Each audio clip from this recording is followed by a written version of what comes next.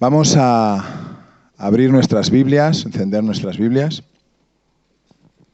Vamos a meditar, vamos a leer el pasaje del Evangelio de Mateo, capítulo 10, versículos 1 al 25. Repito, Mateo, capítulo 10, versículos 1 al 25. Entonces, llamando a sus 12 discípulos, les dio autoridad sobre los espíritus inmundos para que los echasen fuera y para sanar toda enfermedad y toda dolencia.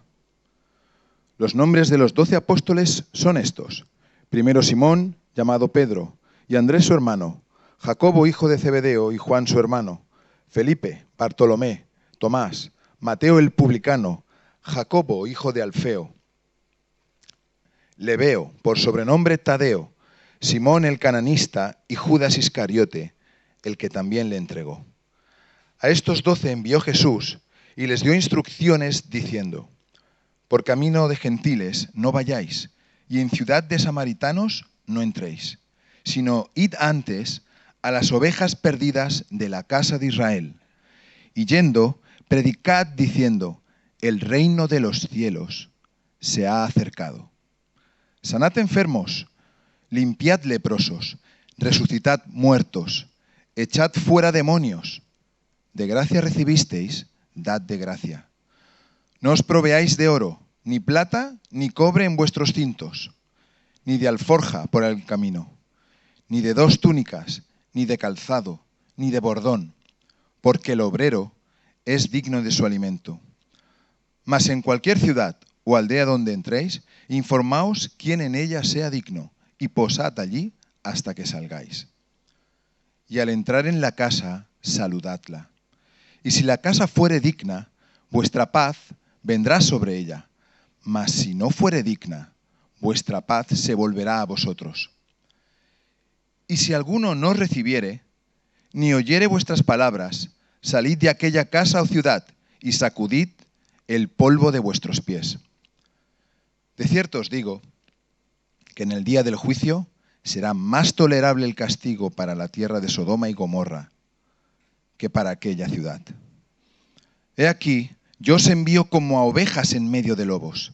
Sed, pues, prudentes como serpientes y sencillos como palomas. Y guardaos de los hombres, porque os entregarán a los concilios, y en sus sinagogas os azotarán. Y aun ante gobernadores y reyes seréis llevados por causa de mí, para testimonio a ellos y a los gentiles. Mas cuando os entreguen, no os preocupéis por cómo o qué hablaréis, porque en aquella hora os será dado lo que habéis de hablar. Porque no sois vosotros los que habláis, sino el Espíritu de vuestro Padre que habla en vosotros. El hermano entregará la muerte al hermano, y el padre al hijo, y los hijos se levantarán contra los padres, y los harán morir, y seréis aborrecidos de todos por causa de mi nombre. Mas el que persevere hasta el fin, éste será salvo. Cuando os persigan en esta ciudad, huid a la otra, porque de cierto os digo que no acabaréis de recorrer todas las ciudades de Israel antes que venga el Hijo del Hombre. El discípulo no es más que su maestro, ni el siervo más que su señor. Bástale al discípulo ser como su maestro y al siervo como su señor.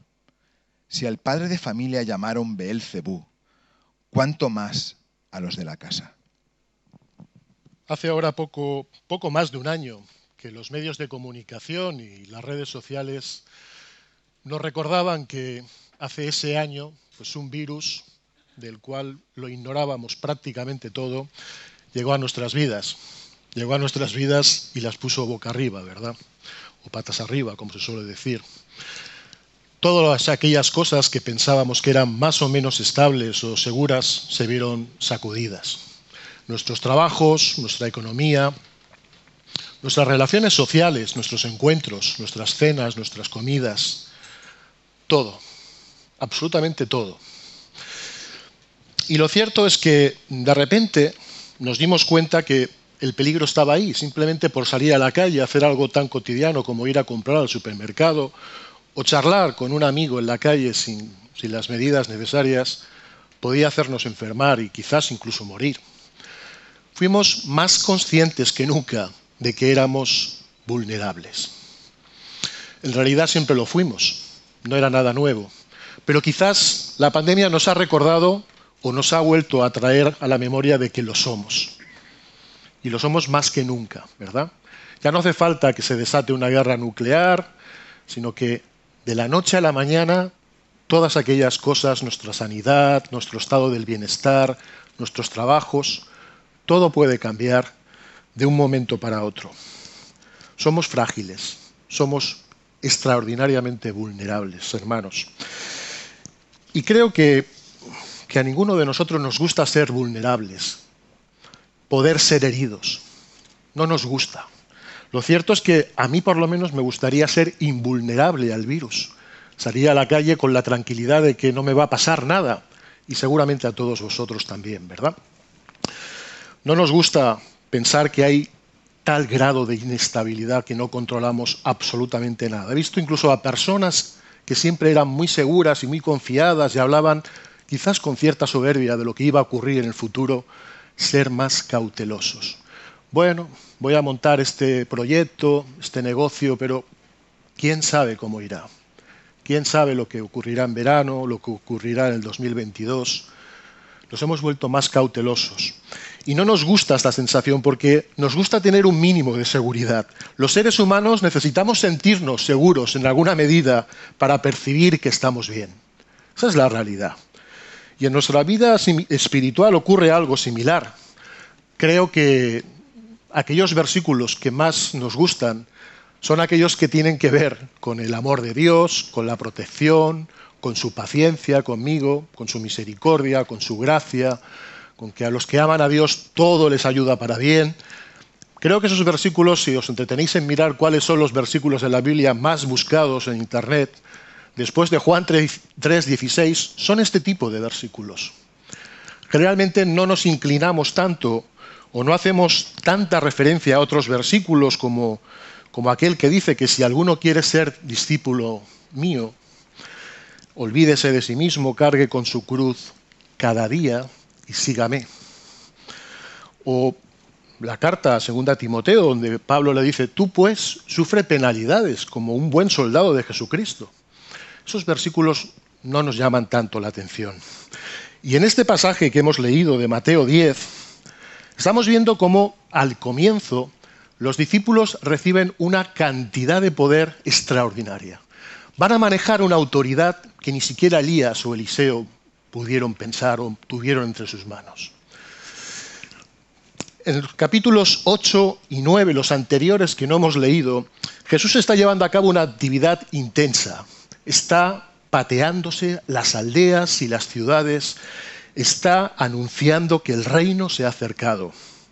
Dice Mateo 4:23, lo resume y lo sintetiza muy bien toda la actividad anterior de Jesús. Dice que recorrió Jesús toda Galilea, enseñando en las sinagogas, predicando el evangelio del reino y sanando toda enfermedad y toda dolencia del pueblo.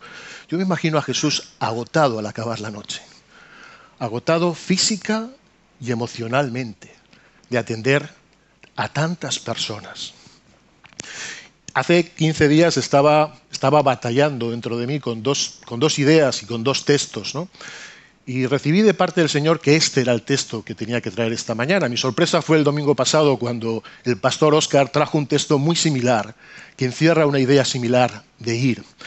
Pero creo, hermanos, que tenemos que recibirlo como un énfasis de parte del Señor. No creo que sea una casualidad, sino que creo que el Señor nos está trayendo un énfasis. Aquí no estamos todavía en los discípulos, esos discípulos reacios a viajar a Samaria, como veíamos el domingo pasado, ¿verdad? Reacios a ser dispersados.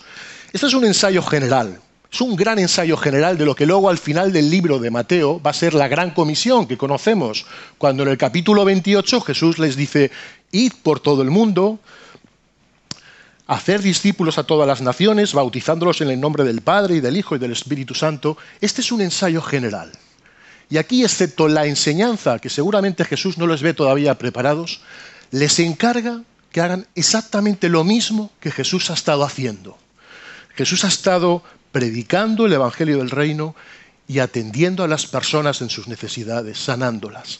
Y esto es exactamente lo que en Mateo 10 les encarga a sus discípulos. Les llama, les delega autoridad para expulsar demonios, para sanar enfermedades, para resucitar a los muertos. Les da un conjunto de instrucciones bastante precisas de a dónde tienen que ir, a dónde no tienen que ir primero, dónde tienen que entrar, en qué casas tienen que reunirse, qué tienen que llevar para el camino, o mejor dicho, qué no tienen que llevar para el camino, cómo tienen que hospedarse.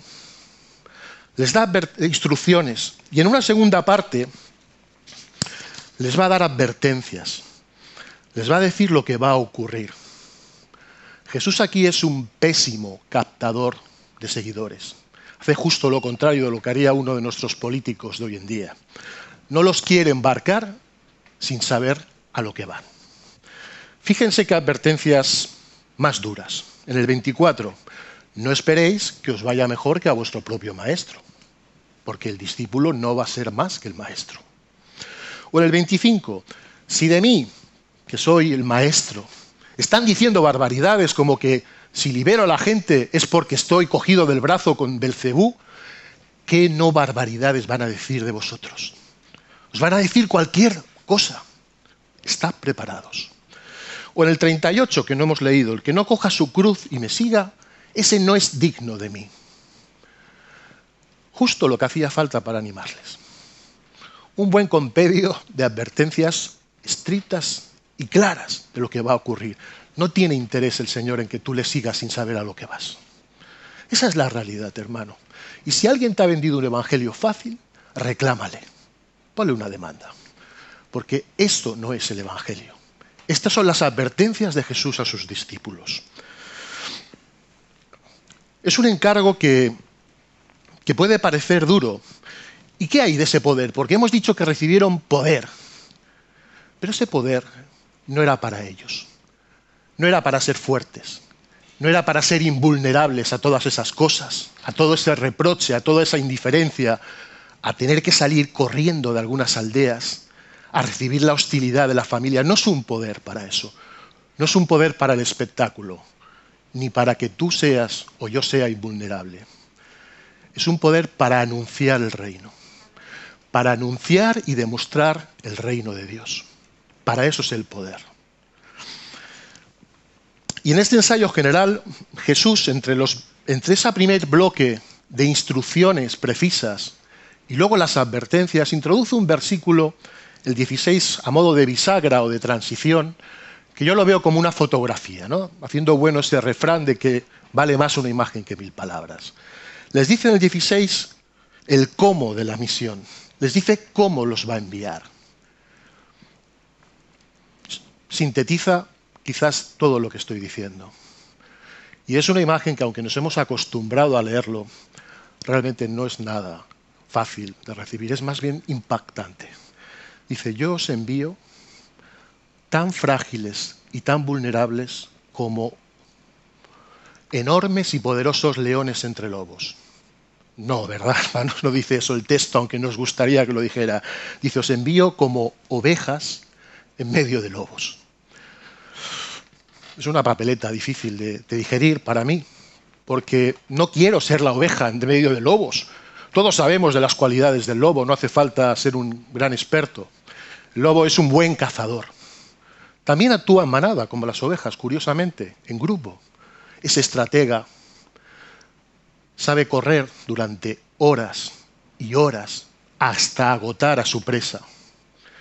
Y la oveja, pues la oveja no tiene ningún arma especial para defenderse, porque esa es la realidad, hermanos. No tiene una mandíbula y unos dientes especiales, unas zarpas. No lo tiene. Y no solamente eso, sino que tampoco tiene una gran velocidad para huir, porque hay animales que no son agresivos, no tienen recursos para el ataque, pero son rápidos y pueden escapar. Quizás tienen alguna oportunidad de escapar. La oveja, como mucho, puede correr. Me he documentado, ¿eh?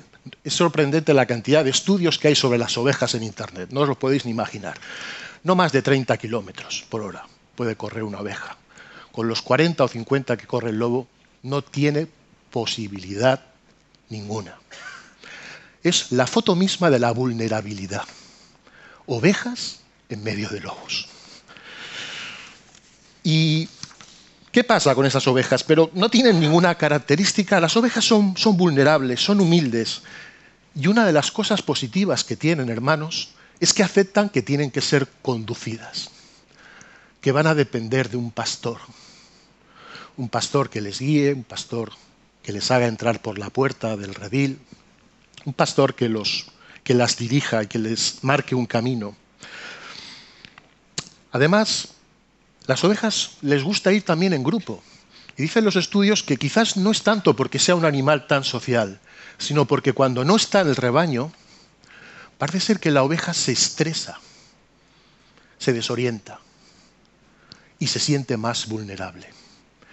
De hecho, cuando percibe que hay una agresión o que va a ser atacada, su instinto le hace ir hacia el interior del rebaño. Hace un movimiento como intentar entrar al epicentro del rebaño, donde se siente más protegida, arropada por el resto de las ovejas. Yo creo que ahí podemos extraer una primera aplicación, hermanos, para nosotros. Yo os necesito, hermanos.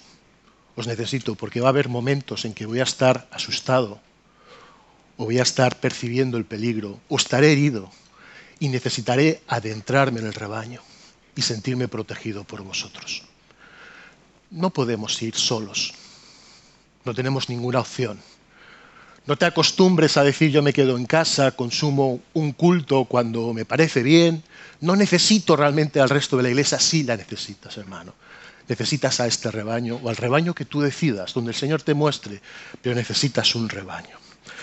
Y nos anima el Señor Jesús a desarrollar dos cualidades. La de las serpientes, que realmente me llamó mucho la atención, porque nunca recurrimos a la serpiente como un animal del cual tengamos buenas connotaciones y esperemos cosas positivas, ¿verdad? La serpiente desde el Edén tiene muy mala prensa, esa es la realidad.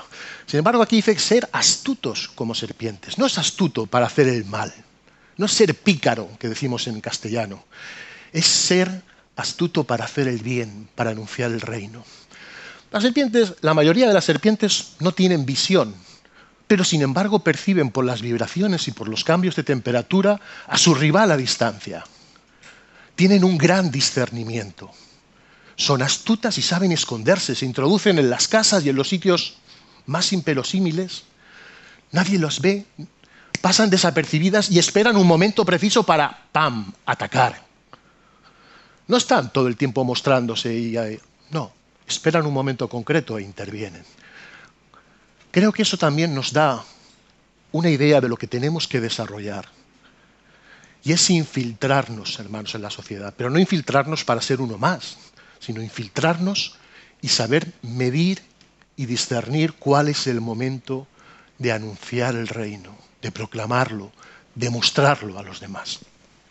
Y las palomas. Bueno, las palomas son esos animales simpáticos que no nos producen ninguna inquietud, a diferencia de la serpiente. Todos estamos en una plaza, en un parque, y vemos como nuestros hijos pequeños están al lado de las palomas y nadie se preocupa, ¿verdad? Son sencillos, tienen un carácter apacible y tranquilo, pero destaca en ellos la inteligencia y su sentido de la orientación, a diferencia de la oveja. Siempre las palomas en la historia han sido mensajeras. Cuando no existían los WhatsApps, ni el Internet, ni el teléfono, ni la radio, ni muchas cosas, las palomas cruzaban cientos y cientos de kilómetros para llevar mensajes. ¿Se acuerdan de Noé en el arca cuando una paloma le anunció que ahí había tierra? Siempre ha sido una buena mensajera. Incluso hasta la Segunda Guerra Mundial hubo miles de palomas que cruzaban el Canal de la Mancha entre Inglaterra y Francia cuando las conexiones de radio fallaban. Hasta ahí fueron utilizadas. ¿Podemos ser como palomas, hermanos? Tenemos que desarrollar la astucia de la serpiente y la sencillez de la paloma. Pero antes de nada, déjenme darles algunas notas de esta misión, porque quizás no es para todos los que estamos aquí, entonces uno ya se puede relajar, sacar el móvil y desconectar de esta meditación. Pero dice Jesús que envió a sus discípulos y ninguno se quedó preparando la comida para cuando regresasen o haciendo labores de intendencia o de logística, les envió a todos. En segundo lugar, es el mismo Jesús quien los envía. Así que, hermanos, tampoco tenemos la oportunidad de parapetarnos en decir, bueno, esto es un énfasis que el pastor ha traído, el presbiterio, esta iglesia se ha hecho este énfasis. Es el mismo Señor Jesús que les dice, yo os envío. Yo os envío. No es tu denominación, no es ni siquiera la iglesia, soy yo, dice el Señor. Quisiera decirles también que esta es una misión realizable, porque quizás intimida el principio. Sanar enfermos, orar, intimida. Parece que nos viene muy grande, hermanos. Al menos es mi sensación cuando leía el texto, ¿verdad?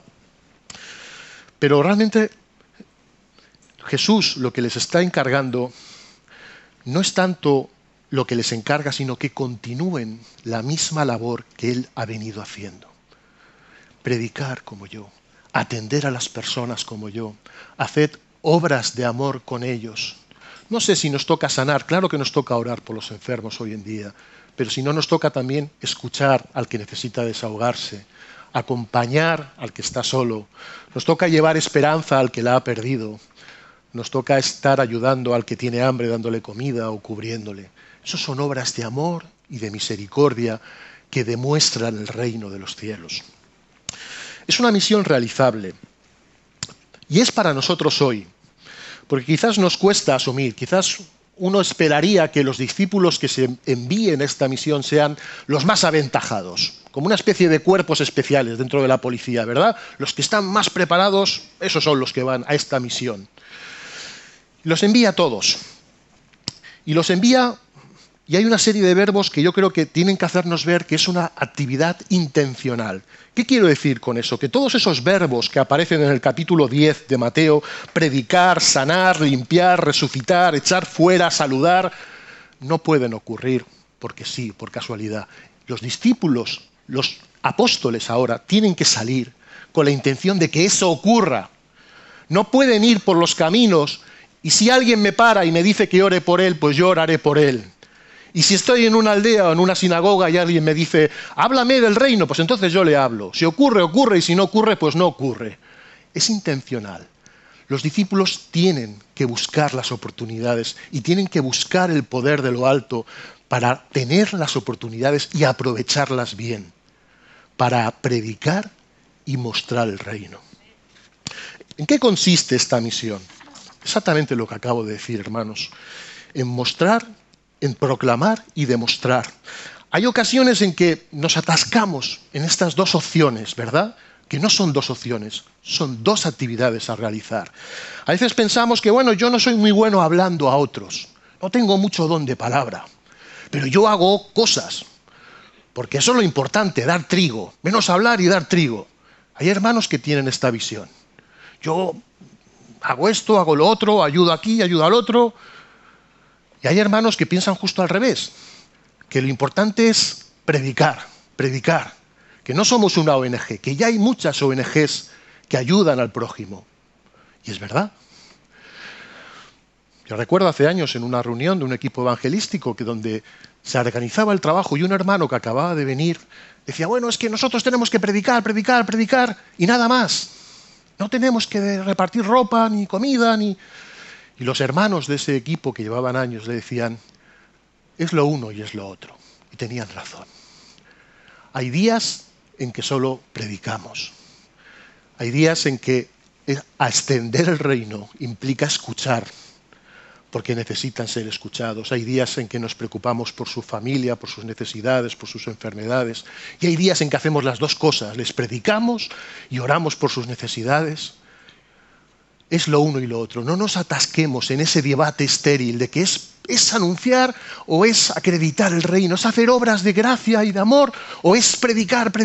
Son las dos cosas. Jesús hacía ambas cosas. Jesús predicaba. ¿Y se acuerdan ustedes cuando Juan, el Bautista, que ya estaba en prisión y seguramente estaba desanimado, envía a unos enviados suyos y dice, oye Jesús, nos envía Juan, dice, ¿eres tú el que tenemos que esperar o mejor tenemos que seguir esperando a otro? Jesús, ¿qué les contesta? No les dice todavía en aquel momento, como a lo mejor se lo dijo más tarde, yo soy el Mesías. Jesús fue astuto. Jesús les dice, mira, contarle mejor a Juan lo que oyen vuestros oídos y lo que ven vuestros ojos. Los ciegos ven, los leprosos son limpiados, los cojos andan y a los pobres se les anuncia las buenas noticias. Es lo uno y es lo otro, hermanos. Y esa es la fuerza que no les está diciendo, transmíteles teología, como nos decía el domingo pasado. Es lo que has visto y es lo que has oído. Esa es mi labor, hermanos, contarles a otros lo que yo he visto, lo que he vivido, lo que he recibido del Señor Jesús, de cómo me ha amado Él, de cómo ha cambiado mi vida, de cómo puede cambiar la de esa persona con la que hablo. Y es predicarle y es hacer obras de amor que demuestran y acreditan el reino. Son ambas cosas, hermanos. Si solo hago obras de amor, la Escritura tiene amonestación para mí. Dice 1 Corintios 9, 16, dice, ay de mí, ay de ti, Pau, si no anunciaras el Evangelio. Si solo queremos predicar, pero entendemos que no tenemos que hacer obras, nos exhorta Efesios 2, 8. Dice, somos hechura suya, creados por Él, creados en Cristo Jesús, dice, para buenas obras, las cuales Dios preparó de antemano para que anduviésemos en ellas. Es lo uno y es lo otro, hermanos. Es predicar, proclamar y es demostrar. Cuando Mateo da la lista de estos discípulos, que son los que van, casi me parece irónico. Cuando dice en el versículo, después de enumerar los nombres de todos ellos, en el versículo dice, a estos 12 envió Jesús. ¿Y quién eran estos 12? Porque seamos honestos, estos 12 no los contrataríamos nosotros para trabajar en esta iglesia a ninguno de ellos. Esa es la realidad, hermanos. Ninguno de ellos. Conocimientos en teología, ninguno. Experiencia pastoral, 0. Actividades, conocimientos, pescadores. Uno que duda de la resurrección de Jesús. Uno que tiene altibajos como un ascensor, Pedro, que ahora sí, ahora no, ahora te digo que sí, que te defenderé, que cojo la espada, ahora te niego.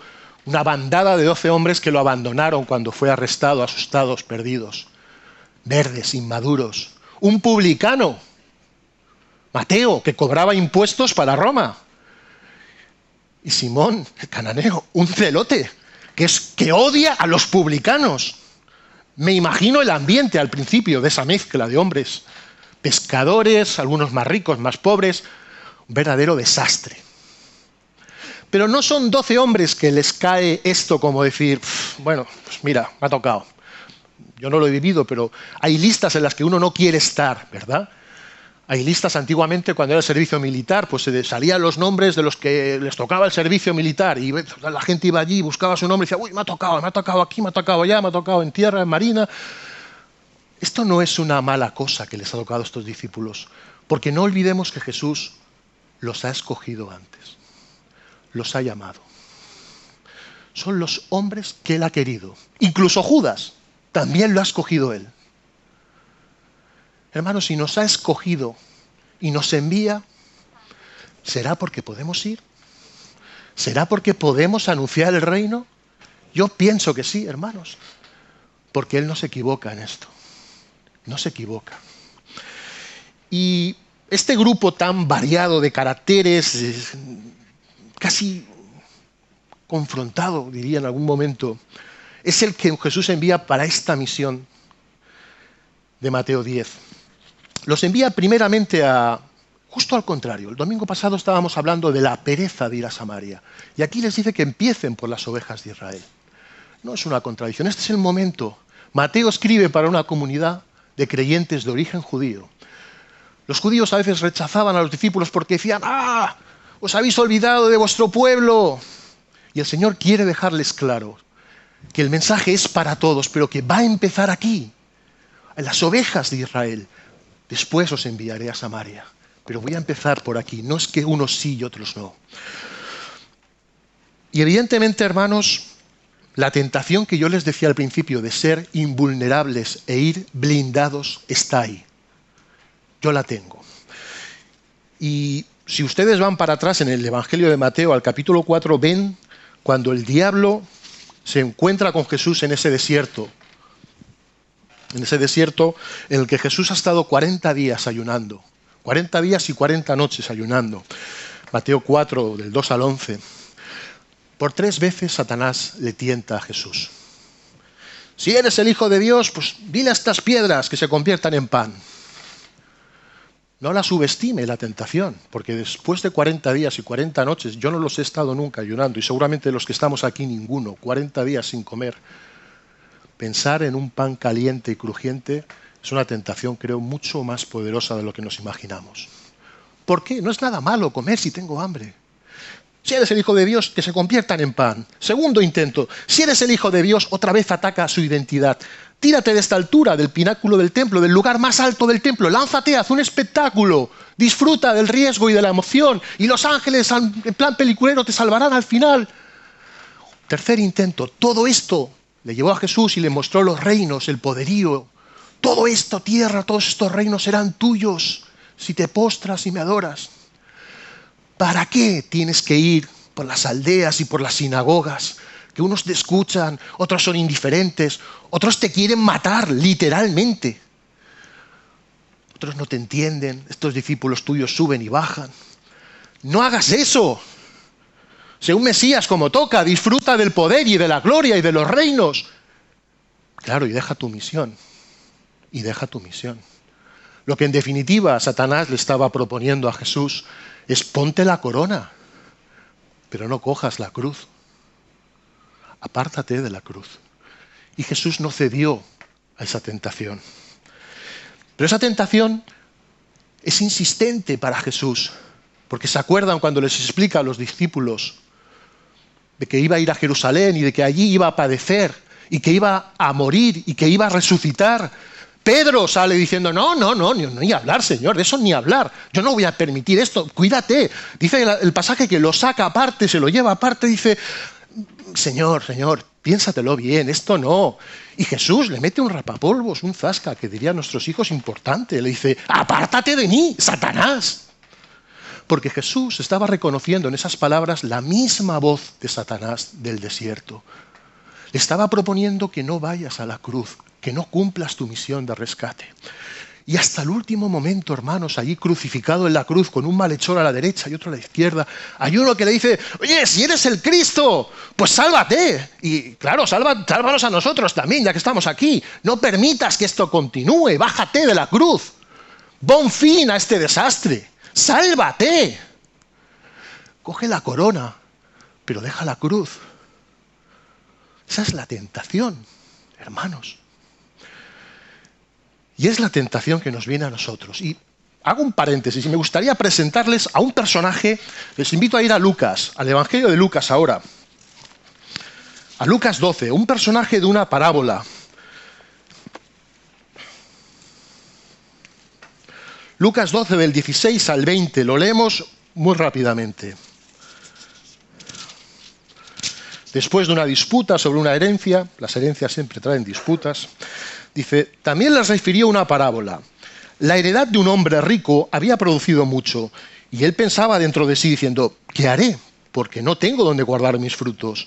Y dijo: esto haré, derribaré mis graneros, los edificaré mayores, y allí guardaré todos mis frutos y mis bienes. Y diré a mi alma: alma, muchos bienes tienes guardados para muchos años. Repósate, come, bebe, regocíjate. 20. Pero Dios le dijo: ¡necio! Y es un necio que retumba hasta el día de hoy, hermanos. Necio, torpe. Esta noche vienen a pedirte tu alma, y lo que has provisto, ¿de quién será? Así es el que hace para sí tesoro y no es rico para con Dios.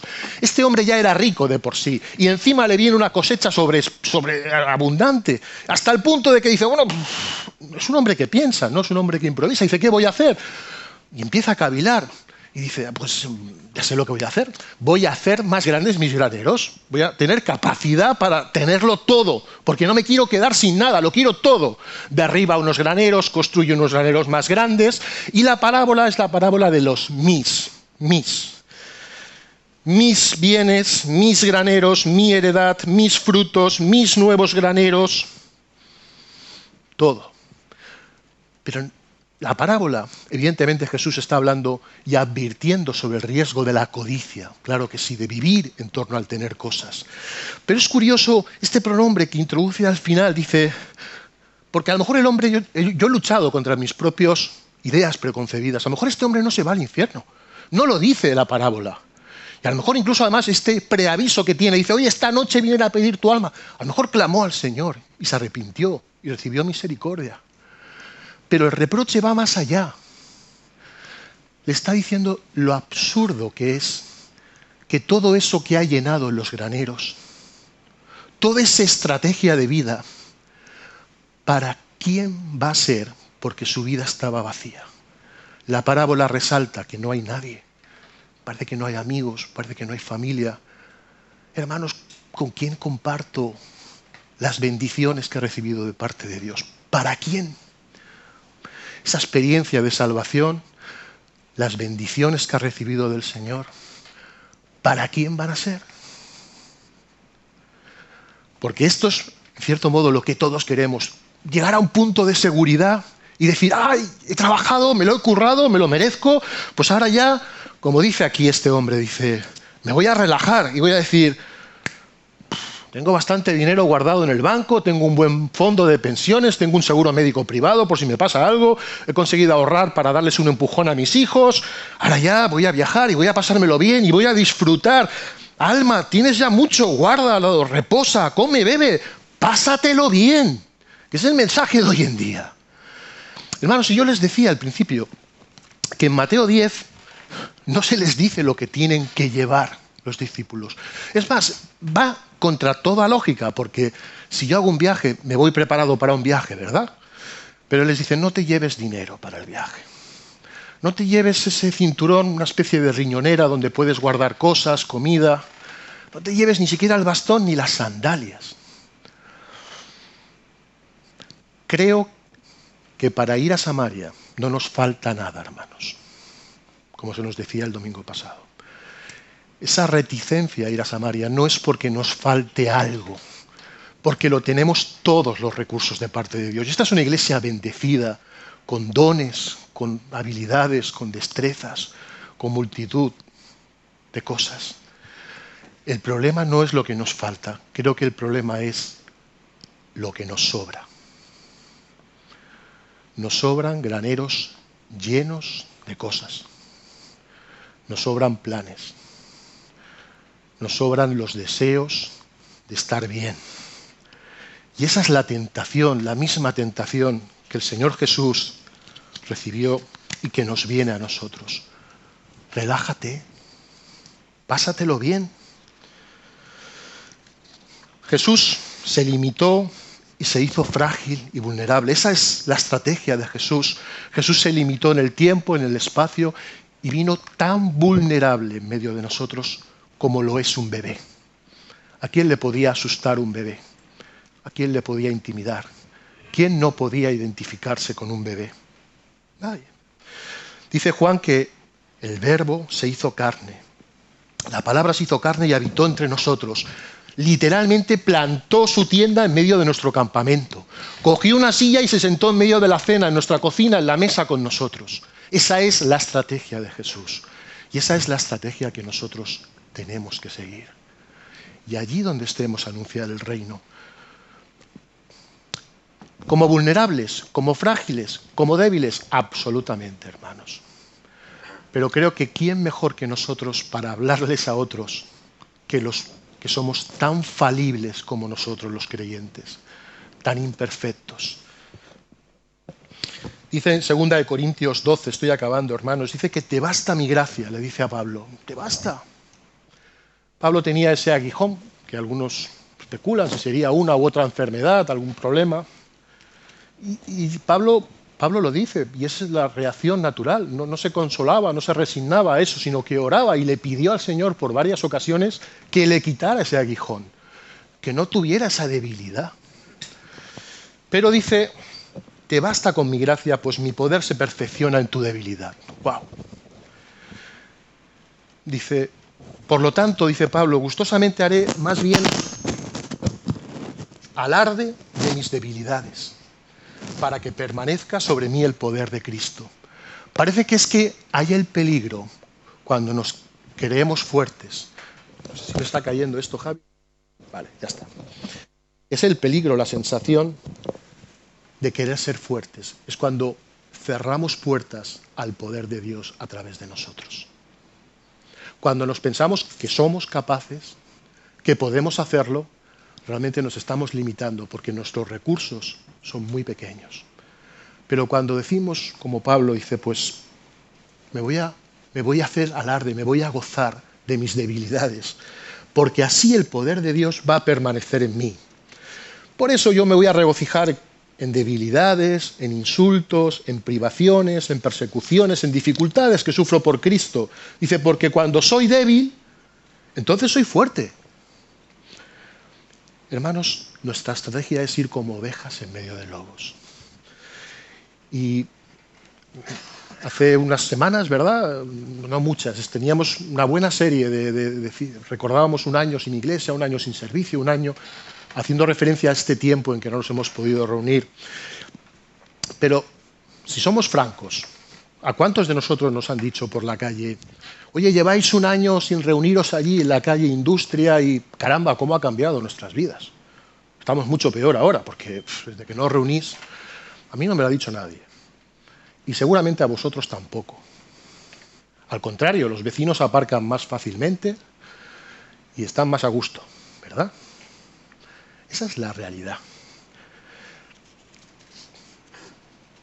Pero hay muchas personas que no han leído nunca la Biblia, ni la van a leer, ni tienen intenciones de leerla.